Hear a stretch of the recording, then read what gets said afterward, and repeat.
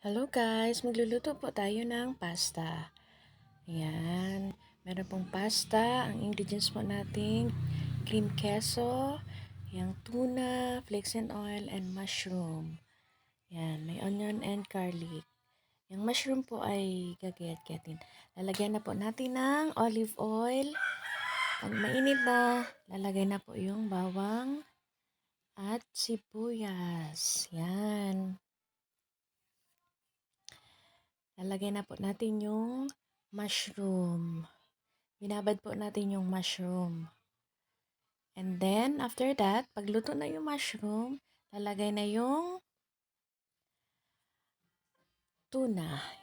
Yan. Anak ko po ang nagluluto. Ayaw lang magpakita dyan. Lalagyan ng paminta at asin. Yan. After that, lalagyan na po yung cream queso.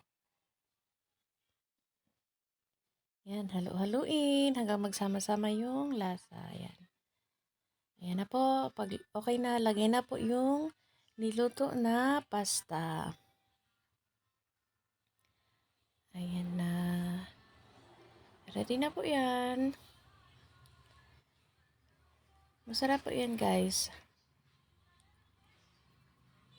Ready to eat na po yan. Ayan na.